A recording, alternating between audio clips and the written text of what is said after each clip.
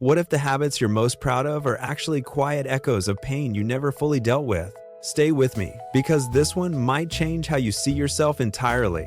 Most people think trauma looks like a breakdown, a crisis, something you can clearly point to and say, that's where it happened. But the truth is, a lot of the deepest wounds don't announce themselves. They show up wearing disguises. They look like personality traits, like strengths, like just the kind of person you are. Today, we're walking through 10 adult behaviors that seem completely harmless, even admirable, but through a psychological lens, they tell a much older story. Number 1.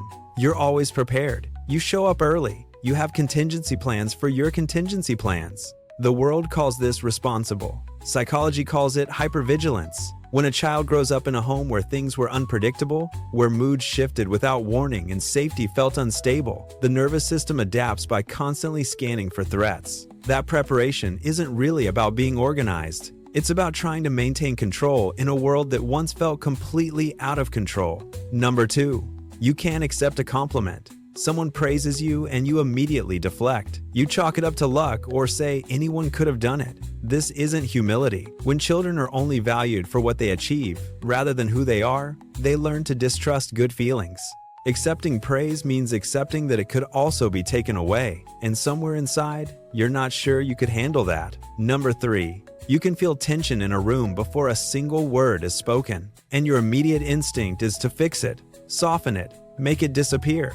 People call this empathy, but there's an important distinction between genuine empathy and what psychologists call emotional parentification, where a child learned that keeping the adults around them emotionally regulated was actually their responsibility. That role doesn't retire when childhood ends. Number 4.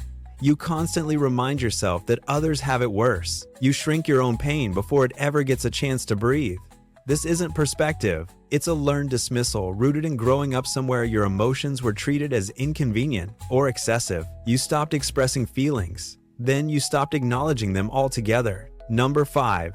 You second-guess your own opinions constantly. You make a decision and then immediately look for someone else to confirm it. This traces back to environments where your judgment was consistently overridden or your preferences led to conflict. You outsourced your internal compass early on, and now trusting yourself feels genuinely foreign. Number 6. You swing between feeling like too much and not enough, never settling anywhere in between. This isn't just low self-esteem. It's the product of inconsistent feedback during childhood. When love and approval shifted depending on your behavior, your sense of identity became unstable. You kept changing who you were to match what was needed.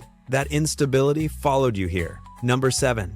You go along with things you disagree with just to avoid friction. Psychologist Pete Walker identified this as the fawn response, a trauma response that sits alongside fight, flight, and freeze. Children who learned that conflict could threaten their safety or their sense of being loved became experts at agreement, accommodation, shrinking.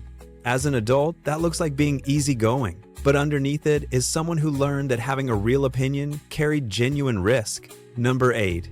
Asking for help feels almost physically painful. You wait until you're drowning before saying a word, and even then the words barely come out. This develops when childhood needs were met with frustration or simply ignored. You didn't stop having needs. You just buried them under an identity built entirely around not needing anyone. Number 9.